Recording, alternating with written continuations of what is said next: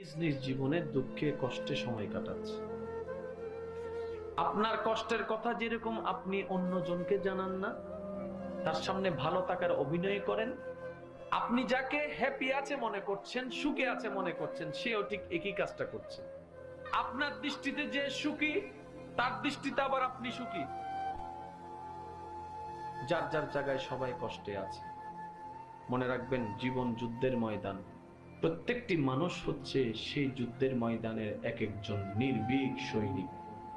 আর সৈনিক কখনো পালায় আসে না, সৈনিক কখনো যুদ্ধের ময়দান থেকে পালায় আসে না।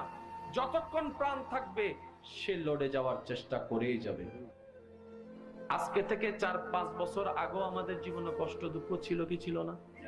টেনশন ছিল কি ছিল না?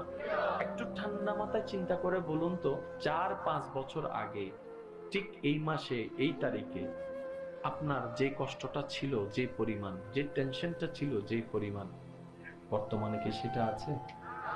বর্তমানে কি সেটা আছে? মনে রাখবেন, পানির স্রোত প্রবাহমান, জীবন প্রবাহমান। কোনো কষ্ট স্থায়ী নয়। সময়কে সময় দিন, সময়ও আপনাকে উত্তম সময় এনে দিবে। বিপদে দুঃখে কষ্টে পেরেশানিতে মন ছোট করা চলবে না। মনে রাখবেন, প্রতিটি বিপদ আমাদের জন্য আরেক ধাপ সামনে এগিয়ে যাওয়ার এক একটা সিঁড়ি। আল্লাহর রহমতের উপর ভরসা করে চলতে থাকুন, মনকে প্রসন্ন রাখুন, মনকে প্রশান্তি রাখুন।